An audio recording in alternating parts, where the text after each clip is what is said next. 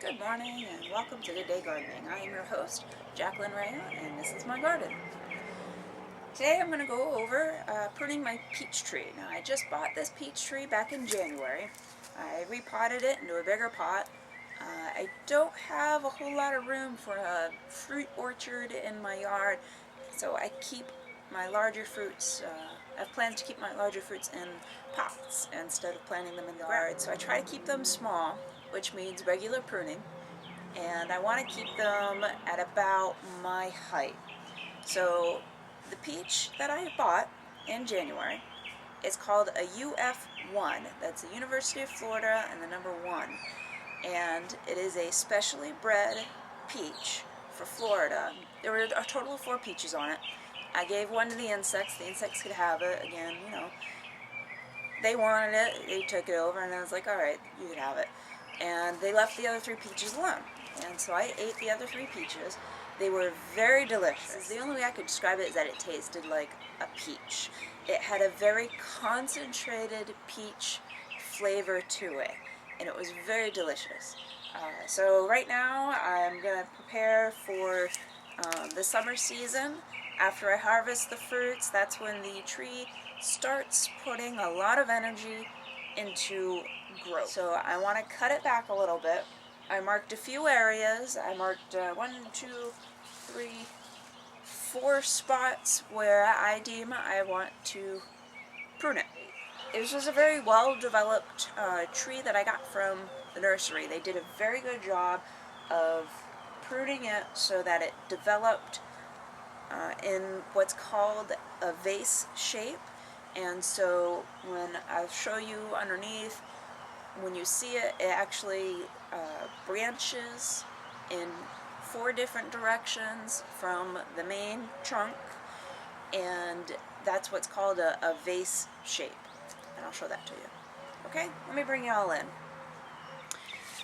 Okay, now this is the main trunk of my tree, and you could tell they cut it right about here, or actually this is the excess stem that they cut right here, and they cut it up here, and about 6 inches or less down the line, new branches formed.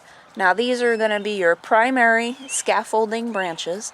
There's 4 of them, and they should all go in a north, south, east, west direction.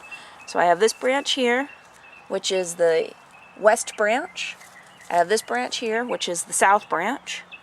I have this branch back here, which is the east branch. And I have this branch back here, which is going to be your north branch. So this 4-branch development is what creates your vase shape. You can see you got your bottom of your vase, and then it splits into a V form, and that's going to be your vase. So very, very good development for fruit trees that you want to keep short. That's exactly what you want. Okay, now this is looking into the center of my tree.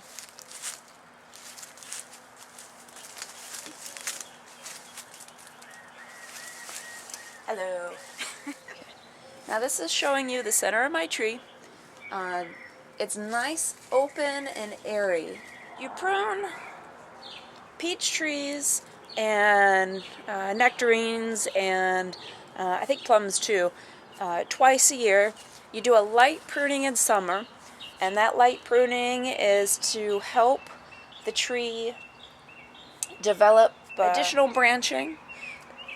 The fruit is going to produce on new branches that are grown this year. They'll bud and produce fruit next year. The other reason is to reduce the height of it so it doesn't grow too tall. If I let it continue to grow at the height that it is right now, come next year there are going to be peaches up at the top that I'm not going to be able to reach. I'm a very short person, and I want to keep my tree pretty short in and of itself. Now, in the winter time, after the peach tree loses all of its leaves and it goes dormant, there's another pruning that you could do, and that is the pruning that you do in order to keep the center nice and clear, because I want the sunlight to be able to penetrate all the branches on the interior of the tree. So in the winter time, when I prune it, I'm going to be making the pruning cuts that help keep it open So let me show you where the cuts are that I decided. Now this big monster branch right here has to go. Now all trees have a tendency to choose a single branch to be the main branch that it puts all of its energy into. And that's what this branch is. It's bigger than all the other branches. It's a bulldog of a branch. And I don't want the tree to put so much energy into the single branch. I want it to put energy into all of the branches. So I'm going to take this branch out. I'm going to cut it down to above where it already has a few side shoots. And that's going to help encourage the tree to develop these side shoots. And I hope it'll develop a few more side shoots than what's already here. So I'm going to cut it to just above where the side shoots already are, and down to about, I want to say, a foot away from the main lateral branch. And those are the 4 branches, the north, east, south, west. I want to keep it about a foot away from that main branch. So I'm going to cut it right about here. That's going to be the first cut. And then the second cut is going to be way over here. I have it tagged with these orange thingies so you can see it a little better. And this is just to help keep the height down. Same with this guy. It's to help keep the height down and to encourage more branches to form on this branch. And then this guy also is going to keep the width of the plant down and encourage more branches on the lateral side. So let me get to cutting these, and then I'll show you what it looks like after I've finished.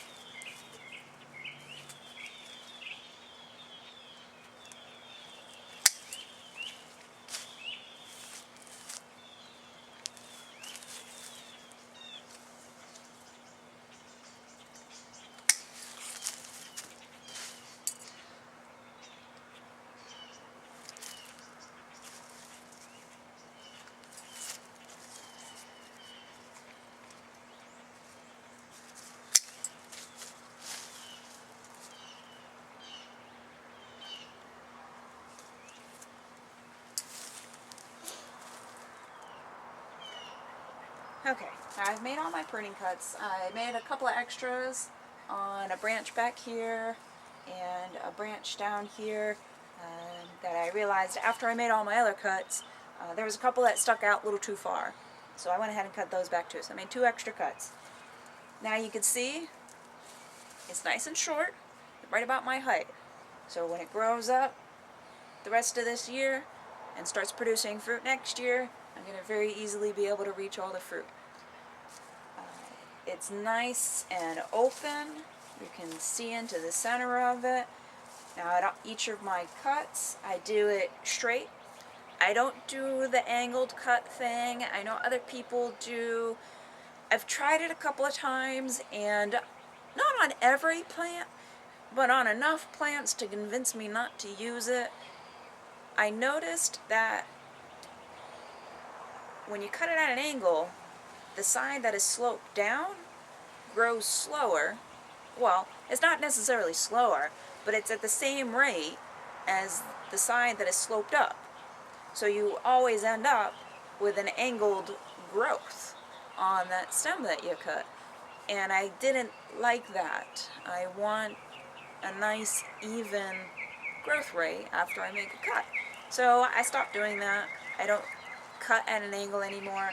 I cut straight across the limb. And that way, when the branch grows back, it grows straight.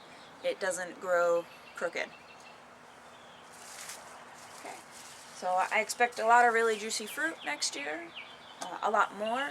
I will continue to fertilize this tree now once a month. Usually on the 10th of the month is when I do my main fertilizing for anything that is not producing fruit. Alright?